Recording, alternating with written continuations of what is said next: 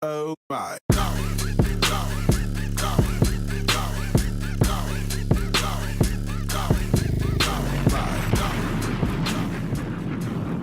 Welcome to the new show of Dick in the Box, where every box is left up to interpretation because we're all dicks.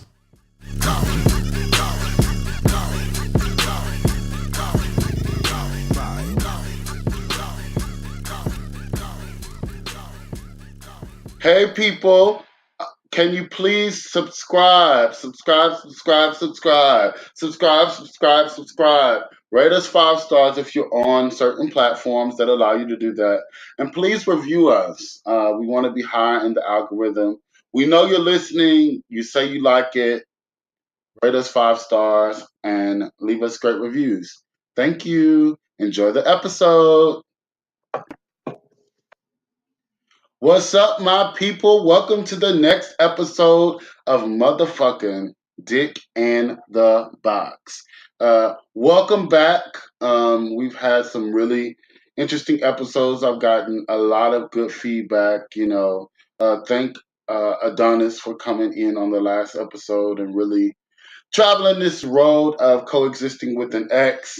But now I have some really special people. I have what I would consider. She showed up a couple times, Chair. One of my good friends, Jamar Kelly, is in the building. Hey, everybody. Yes. And my nephew, the one, the only. Tell him. Oh, the Terrell Jackson. You almost forgot your last name, I child? literally almost forgot it. Some of y'all know him as Trevor on the app. I am so No, so Terrell is down here visiting Houston. He was actually in Dallas and he came to visit Houston. Y'all remember I was talking about being at Morehouse. By the way, I still ain't got my checks, girl. But anyway, he was one of the children at Build a Brother Institute that I talked so lovingly about. And so the other week, we had an uproar when I invited another one of my babies, Tyler Hurt, on. And now we have Terrell. Terrell is a little bit more soft spoken, but to know him is to love him, and to know his facial expressions is to know shade. Correct? So we're gonna have a good conversation. I like to open boxes, but before we open boxes, what's going on with y'all? Like, what's going on in your personal life? What's going on? You want to share anything? Anything going on with y'all? I'm just visiting Houston, in between working, building the business, being great. And I'm trying to really unlock my dating. Y'all, I just want y'all to know Ian is my dating coach. Whenever I'm going through these matters of the heart, this is where y'all will find me on Ian's couch having a deep conversation. It's been fun too. What about you, my love? Well, I was here for my job, so I'm getting my certification. I've already gotten it for what's called PCC, which is Personalized Cognitive Counseling. So I was lucky enough to have my stay extended for a whole week. So I'm here visiting with you and Jamad and some of my other baby brothers. Shout out to Jacorian, love you, and Burnus, love you, Lava, adore you. So yeah, there's that. You see, Lava, even he says adore instead of love when he's talking about you. That shade or No. I was gonna say you tell us. No. So next weekend, this upcoming weekend, by the time y'all hear it, will be Houston annual gay prom. So you guys will actually hear the podcast live from the motherfucking red carpet next week. That's sickening. So it's going to be really cool. It's for all of us adults who may or may not have had the chance to go to prom with our significant other. If you heard the podcast last week, you know that I was supposed to go with Adonis, but it didn't work out. He did ask me on live to go to prom with him, but child, Adonis is full of shit. But He's a good guy anyway. That was a good episode. Yeah, let me tell you, I was so shocked when I saw y'all together. I was like, bitch, the whole world must have burned down, Yeah. and somehow y'all were the only two left. Speaking of the world burning down, let's open this box. All So, right. can I open the box for a moment? Oh, of course. Okay. So look, if you've been hiding under a rock, then let me tell you that Leandria Johnson came out with several Facebook Live videos in which she said, fuck Christianity and fuck the church. Mhm. So Leandria Johnson, I can't remember what season it was, but she won Sunday's Best. She's an amazing vocalist. She's done some really powerful work, especially on the streets of Atlanta. She was also on, I think it was called Preachers of Atlanta. Amazing. That's a real thing. It was a real thing. It was her, I think, was it Dietrich? Just all kinds of people. Yeah, people, right. She was amazing on there. Anyway, she's done some really powerful work in the church, but she came out with a video saying fuck Christianity and fuck the church. So today we're going to talk a little bit about like what does church hurt look like, because it started this massive conversation about hashtag church hurt, and started some conversations both with us and externally. So first of all, let's talk about how are we feeling about Leandria Johnson being a gospel singer, coming out and saying fuck Christianity and fuck the church. I think it's a interesting twist because she was in the group, and so now she's kind of out of the group and expressing her opinion about it, and as opposed to her being, never affiliated with the actual church scene and being an outsider. So I think that's kind of a different kind of twist that I do like to see. I don't know, because every time we look up, Leandra's trying to say, I'm a real motherfucking person. Like all the time. The first time she fell out, she was on her Periscope. She was drinking Patron. Mhm. She was having a good time, and she's just like, I'm letting y'all in on my life, and I want you to know I'm fucking grown. I'm a real person. I can do what I want to do, right? So I just think like, even with everybody wants to say this is church hurt. Once again, this is Leandra just being honest. Well, it's interesting. So today, at some point, I'm sure they'll find this podcast. I was in a fish market with some people who just sat down at the table. Their last name was an alcoholic beverage. And they sat down with me. The Hennessy. And they sat down with me and they talked with me. And of course, I have a little bit of masculine privilege. So there was not necessarily an idea maybe that I was gay, but they definitely didn't speak that they thought I was gay, right? Probably looked like every other church queen that they have in the Kojic church. But anyway, they were talking to me very spirit filled. They really saw the vision. They said they saw an anointing over my life. But I bishop. Right. But the shade but the shade is, child, I was secretly like looking outside like, oh, bitch, if my girls come in here, bitch, all this is going to go from sugar to shit, okay? Down the drain. Kill the drink. Right. So in saying that, like, what I think Leandria was feeling and what I liked about it was the fact that she's saying that she was a real person, and not only was she a real person, there are real people that don't look like church folk, that don't do things that church folk do, that really believe in ministry, that really believe in healing, and the church really pushes them out because they don't conform to what the quote unquote church looks like. And if I can be honest, as much as I love the church and the Christian faith, if the church was taken from us and white Jesus wasn't praised, most of these Negroes wouldn't have a pot to piss in or a window to throw it out of. No jets. Right. None of that. Right. No fancy cars. None of that.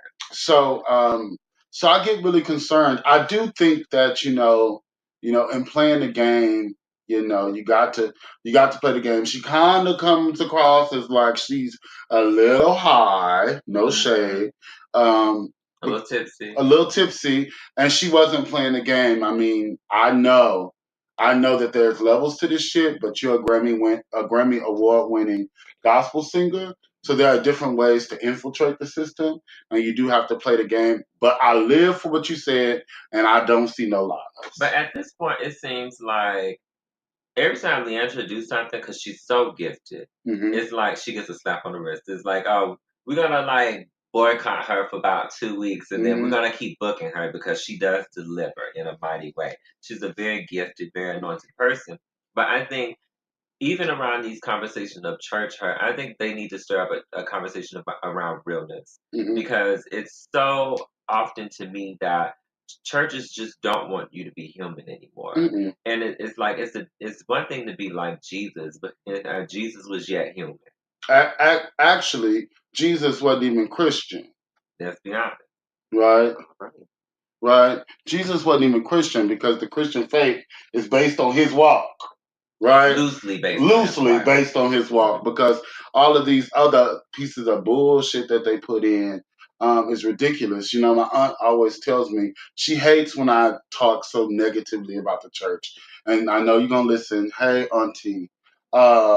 I felt very Michael B. Jordan about the situation.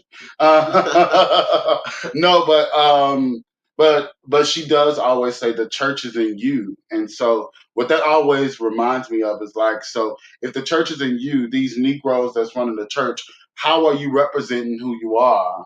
Right? How are you representing who Jesus, who God is, if that's how you're performing? They'll know you by your love. Yeah, absolutely. Absolutely. So, in watching this, there was a lot of conversations that went on. And one of the main conversations, as we alluded to earlier, was church hurt.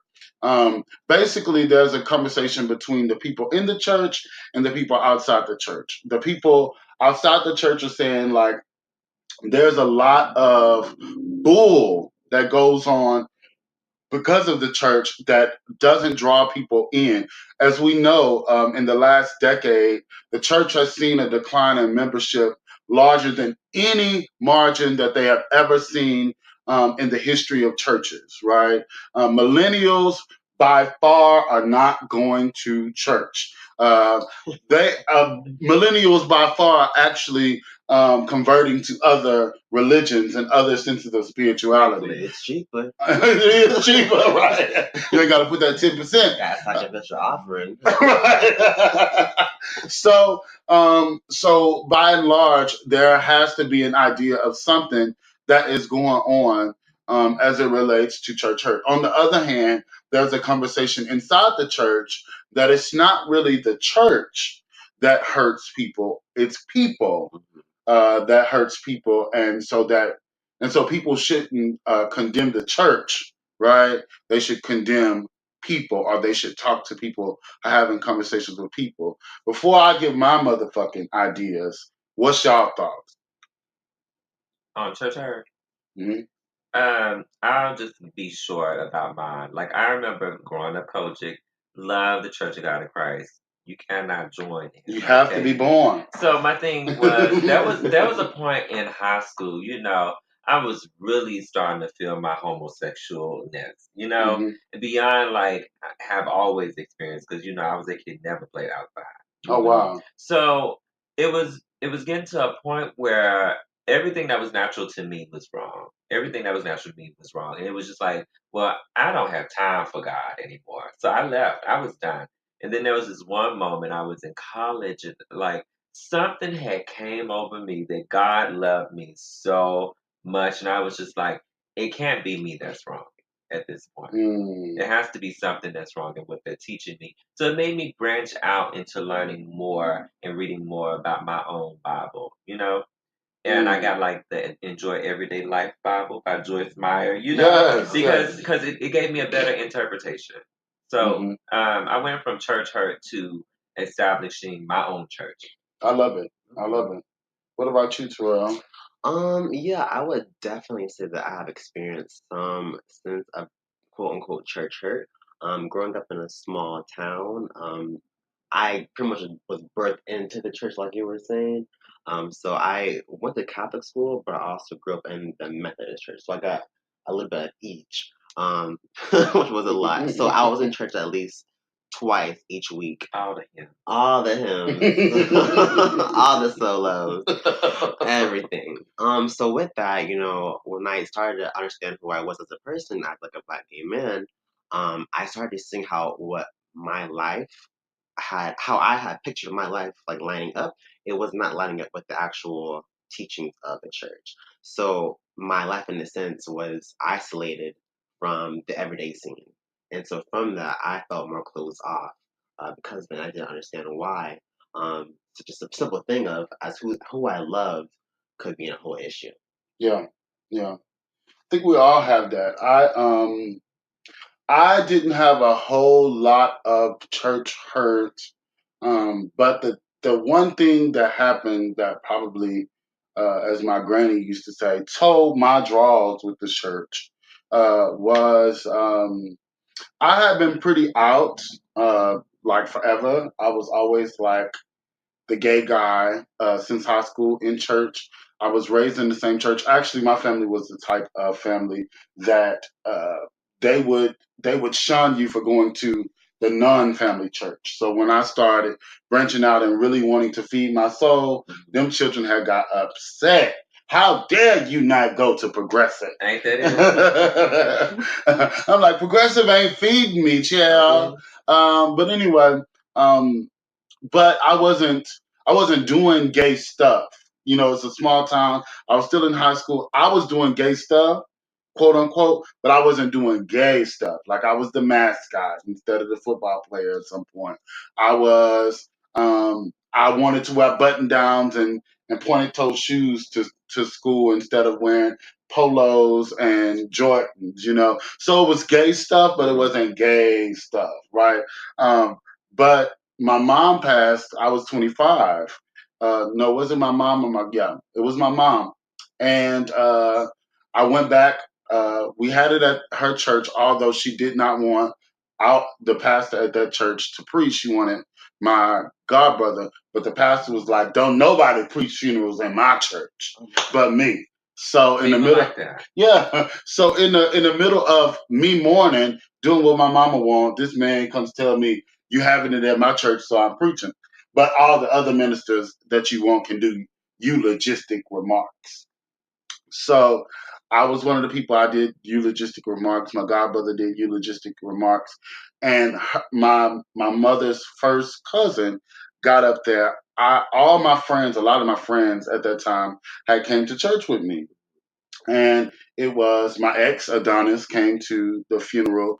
My father Nathan, who was also on here, and then Peaches, who's a trans woman, and then a couple of my other friends. Well, Peaches and Nathan, Nathan is, wear his flag proudly, and Peaches is a trans woman. They were sitting in the back, and the cousin gets up there and was like, as we lay people to rest, we just want to know that certain people in here will go to hell, and we will be preaching your funeral if you don't give up the lifestyles that you're doing.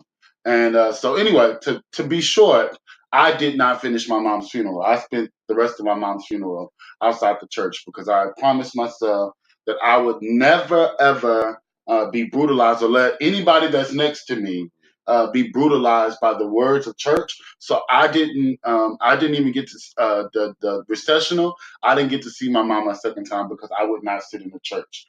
So it actually was one of the most difficult experiences. And so since then, I stand up. You say anything about gays, and that's not the place for me.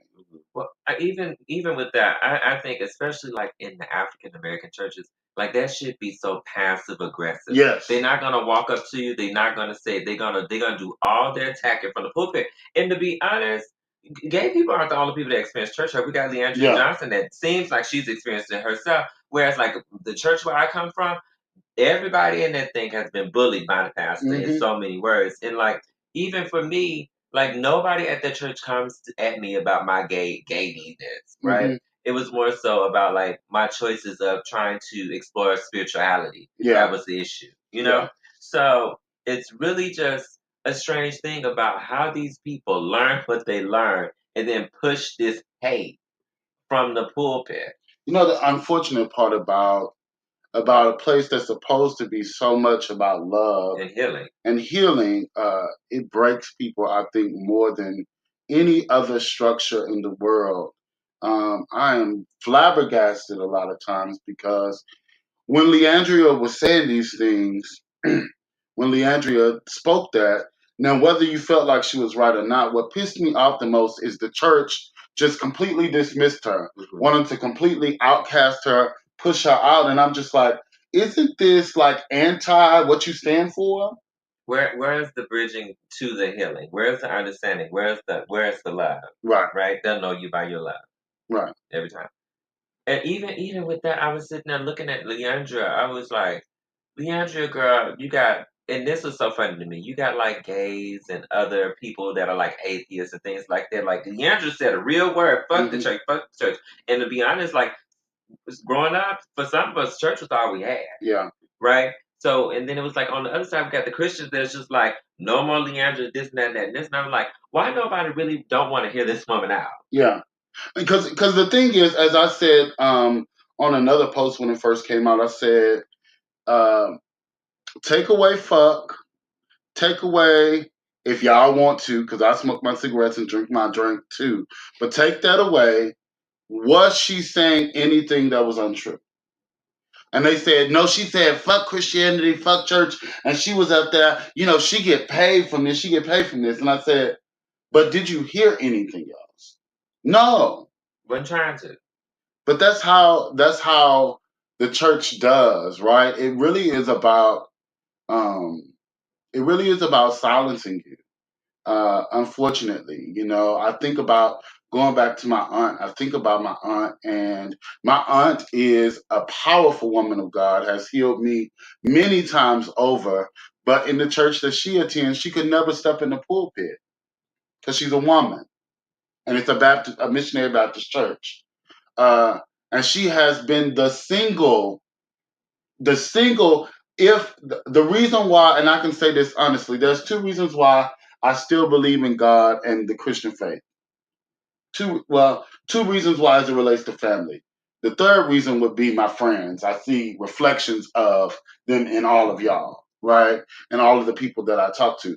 But the two reasons as it relates to family is the fact that I know my mom's spirit is somewhat connected to me, even though she's dead, and I feel her so clearly. No one can ever tell me that her spirit is not living on. So that gives me some assurance in the afterlife. And I see God in my aunt. I see God in my aunt. The way she has learned, my aunt is a traditional Southern woman from a small part of a country town who had never really experienced LGBT or anything like that. She won't go as far as, and I don't expect her to. She won't go as far as to say like, you know, this was designed by God, right? But what she will say is that I know you're not going to hell because you can't be separated from me, and I know the love of God through you because I see it in your work and I see it how you treat me. And I'm just wondering why the fuck can't we get there? That just takes me back to Leandra because I was like, when they was like, oh, the church is paying you, the church is paying you. Well, she's been giving a service to the church. Yes. She's been dedicating herself to the church. She could have been anywhere else that she wanted to be, but she wanted to be with y'all. And made more money. Right. But she wanted to be there with y'all because she knows she loves God, you know? It's the most craziest thing to me. And she's just basically speaking And from this her is own like experience. this is black churches, you know what I'm saying? That received Jesus, Mhm. right? Mhm. We were given Jesus, and it's so interesting that like I feel like even in the Caucasian churches, they are more inclusive and understanding, and maybe just a little bit more fun, a little bit more loving, a little bit probably more Christ-like. Mm-hmm. So in all of this, and in your perspective, Terrell, like what does the church mean to you in this place in your life? As a queer, you do identify as queer? Gay, same gender, loving, queer, all that. Okay. For me, the church, the idea of what churches has to be evolved. I feel like nowadays, because our structure of living has changed. So I think it should just be faith. Should be defined as a community, and how you engage in uplifting your community. Now, what that community is, it can be one group, it could be a whole entire um, congregation. It's up to what you want it to be. I think you can't just focus on one person, in my own personal opinion, to have your church uplifted. I think you do need to be more expansive in who you're bringing in the likelihood. But that's ideally what I think it should be. But that's not always going to be what it's going to be. Because if you bring in everyone has their own different opinion, and if you don't want that opinion to be part of your church, a part of your mission, then you're not going to keep that person there because they're not going to be uplifting to your own personal goal. What about you, Jamal? Well, when we want to talk about what the church means to me, that my friends are my church. I tell like I tell like you're my pastor, and that's just it. Like church is like that beautiful fellowship where and if you read the Bible right, it's the most empowering book in the world. And that's what my friends do for me at this point. It's a rare occasion where I just feel the need to go walk in and listen to somebody preach something that I know on the inside of me just isn't true at this point. So for me, church is the most beautiful friendship I have amongst the people that I love and that I know love me at this point. For me, I like I started this conversation kind of with. I am the church. I have a friend that's a pastor. We talked about this, and I tell him like uh, every move I make is ministry. You know, everything I do is to impact, is to touch, is to uplift. I would argue that God has given me the gift to change more lives than most churches will in their lifetime. Right? All three of us. Right. And I say that because I am intentional about being selfless and selfish all at the same time. Right? Because I understand that there are people who will never know or care about God, Jesus, Buddha, Satan, Oshun, uh, Dionysus, right? They will never care about that, and the only way they will be able to see God is through me, right? Not that I am saying God lives in me. I am not saying I am a God, but I'm saying the only way they will be able to see God is through me and how I live my life and how I move through life, right? I've said many times I think that Black queer folk are the chosen people. They are the most magical, most gifted people. We're also the most oppressed. We're the most stigmatized, the most forgotten. But still here. But still here. But that's the thing. I love the phrase black gifted and whole, right? Yeah. But even so, it more so as it goes with us, it's like they want to beat the wholeness out of us. Yeah. Because we know who we are, and they can tell that we're very confident who we are. But it goes against everything that somebody else told them. So not something that they know for themselves. Yeah. Something that somebody behind a pulpit told them. So speaking of Black queer folk, Kierra Shepard, about a year ago, had a clip, and let's take a listen to it. To the idea or the feeling of victimization in this room. That's why we're turning to fornication. That's why we're turning to homosexuality. It's because there's a void that needs to be filled because somebody did something to us and we don't have the answers. So I dare you to speak it out in the atmosphere because you believe that this living God, He's the only one that can change it. It's not you, it's not mama, it's not. So that was Kierra Shepard. She later came back and did an apology, said that she was not attempting to condemn anything or anyone. She was just speaking to the idea of victimization. It was a year old. It was just a clip. They did not hear the whole thing. And that, as usual, what she didn't like, well, first of all, as usual, it was taken out of context. But she said what she didn't like is that the same people who are asking for understanding were in her comments calling her a fat ass, and she was pretty upset because she was like, if y'all are trying to ask for understanding, then why the first thing y'all do to me is call me a fat ass? So anyway, with all that information, what's your thoughts about this Kierra Sheard situation? I have like an issue with what you were just saying to me. Like, who's asking her for like understanding? Like, is she saying that people are asking her to understand us? I think she was trying Or to say we were trying to ask her to explain what she was saying. No. She was saying like we're like LGBT folk want the church to understand them. So why would we come back and oppress, if you will, her with That's fat what I shaming? thought she was saying at first, but I was like, she couldn't be saying. Okay, I mean, one, I think she was like, y'all not finna Kim Burrell me, Yeah. you know. But even in that, the whole situation is yes, everybody's victimized, but you don't know everybody's experience because why? In what way is me turning to homosexuality because I'm a victim? I think it's just quite sickening, you know. So Right, I'm like, right. I turn to it because it feels me, Mhm. right? I'm turning to me. Even like fornication, people are turning to sex for many different reasons. Some are turning to sex because of purpose. Some are turning to sex because it's just them, Yeah. right? So it goes back to what we've been taught, and it's like it's a total reach in a way where it's just like, well, keep the conversation about victimization. It's like when you're hurting, you're gonna try to find something that's gonna Yeah. fill you up, and if you're trying to find something that's gonna fill you up, but it's also bringing you down, turn to God. She could have left it like that. But she wasn't well versed in she that's the thing, you can't talk about an experience you don't know. Yeah. She's turning to food. Is it because she was a victim? Right. No fat shame, but that's what I'm saying. No, that's real. That's real. She was just on like a kind of speech high when she was on that podium and kind of just giving her like In the pulpit. yeah. Well, the unfortunate part about it, I think, is there's a narrative.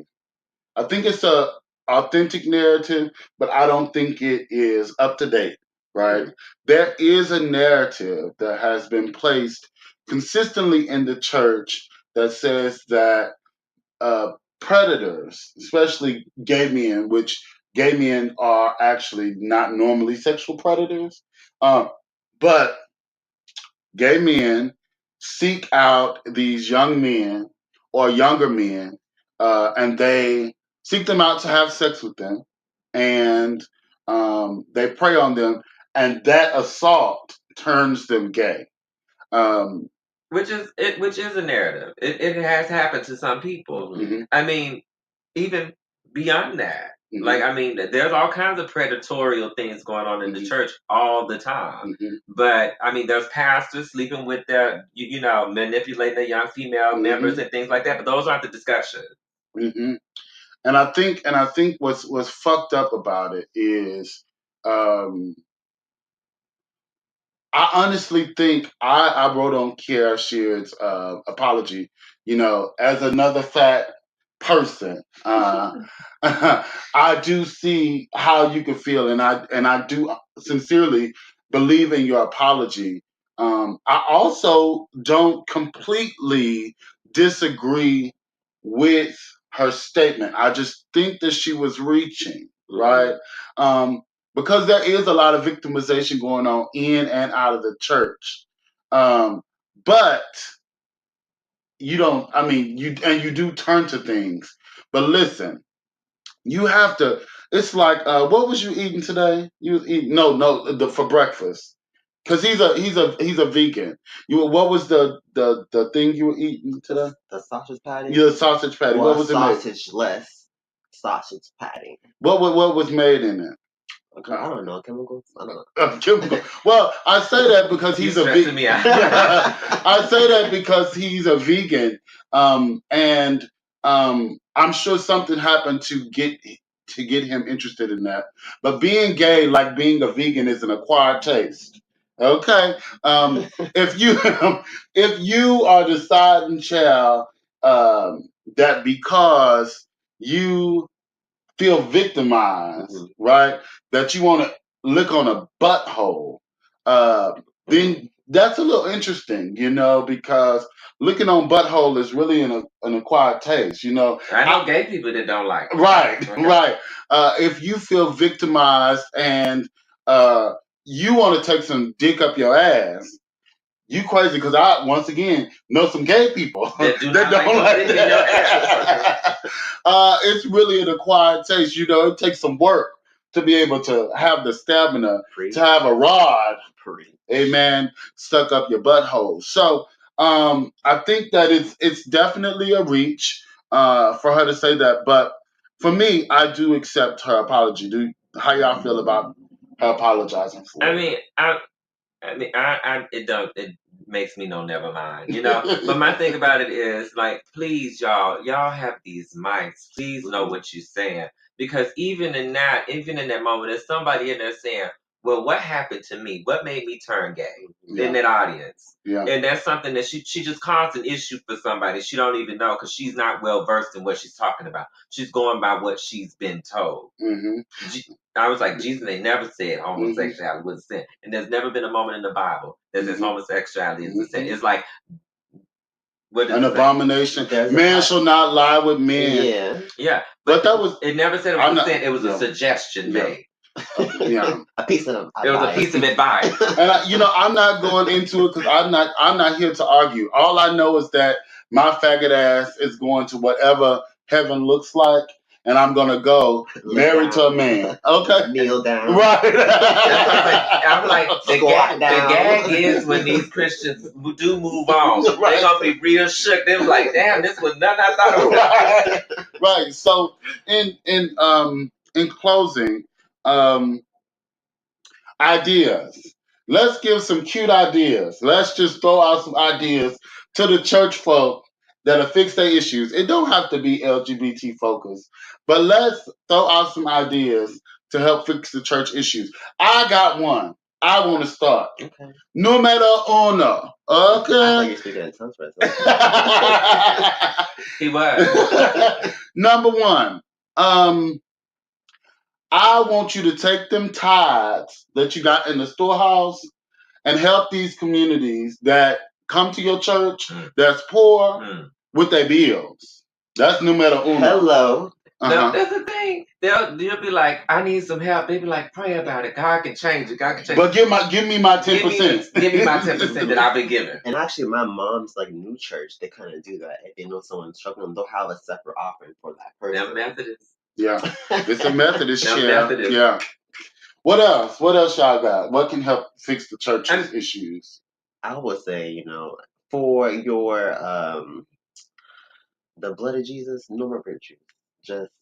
Let's switch it up a little bit. The Welch's needs to go. I have to go. I used to love that little Jew. I don't know. I think that one of my churches, I'm not gonna say if it's my current, my former, or another one. I think they may have really used wine on the slick. Wine. I mean, what a little shot of wine gonna do? Well, for me, it's a lot. I mean, for them real saved folk, they're like, oh, Lance got us drinking, What you got? My thing is, now I'm gonna keep it brief. All y'all small raggedy churches, look up to the big massive churches. Joel Osteen preaching empowerment. Joyce Myers preaching empowerment. T.D. Jakes preaching empowerment. The Bible is an empowerment book, empowering book. Learn to spread this love. Learn to spread this truth. Okay, because I'm sitting there like, y'all know y'all ain't got no members. Something's up, and they think like, oh, these people are doing it for the money, so they lying to everybody. No, they actually kind of telling the truth. Oh, and so number four, all you churches, I'm gonna tell y'all a secret. When I go to Seattle, it's banks on every corner. When I go to the poorest neighborhoods in Houston and in other major metropolitan areas, urban areas, it's churches on every corner. I'm gonna tell you, if y'all didn't want to be in charge so freaking bad, then y'all would recognize that it would make more sense to combine your membership and close down these churches and build houses for these communities that can't afford them. Shelters. Turn the church into a shelter. Yes. We moving on over here. Turn the church into a shelter. Y'all please tell me I got at least one more because I got 2 more, and I'm trying to not overtake it. I'm just gonna get my final thought. Okay. So I'm more so like, we've all been wounded, but we get to choose whether we act from our wounds or not. Mm-hmm. Like you can look at people like Kimberell and see her.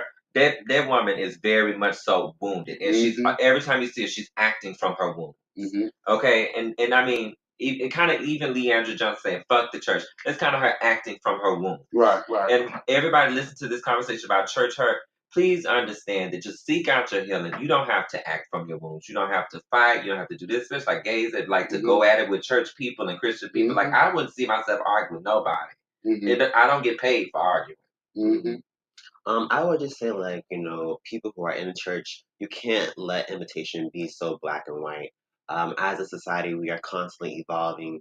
We're having a conversation now about, a church hurt as it deals with, like, being gender loving, being black gay men.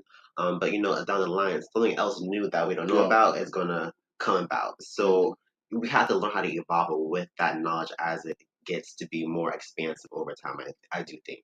I'm like, where does transgender women in the church at? Because it's coming. Yeah.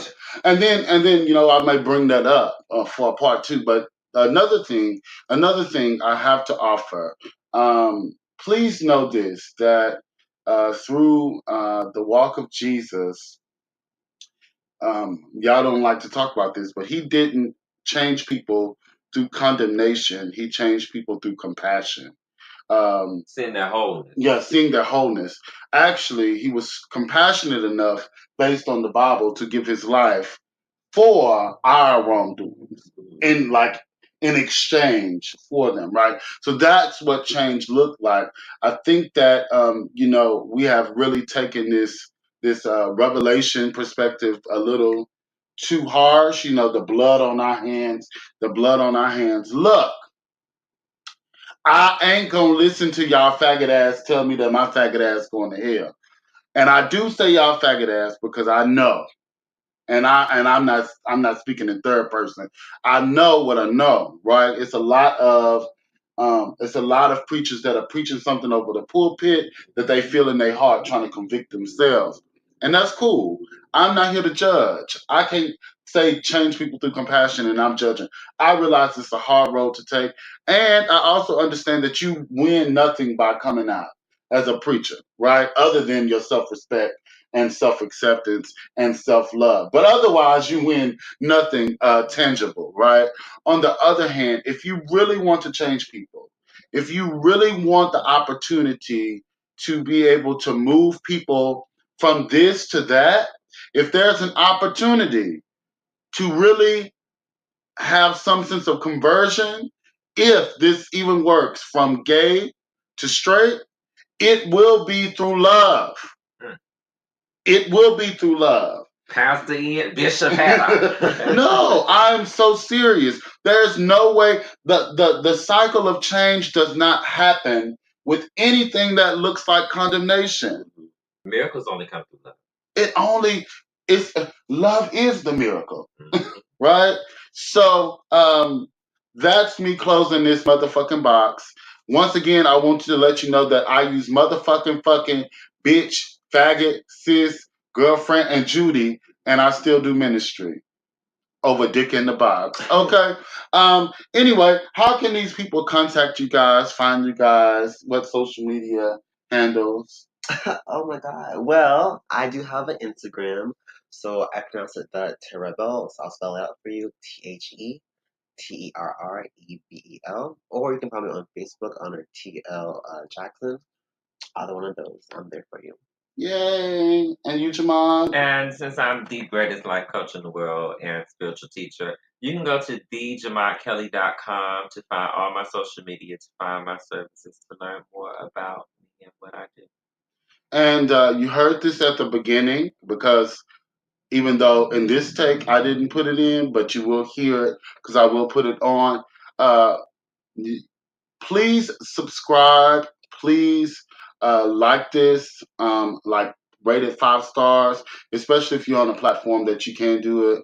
That is especially iTunes. Also, review us if you can. That helps the algorithm. Y'all are listening.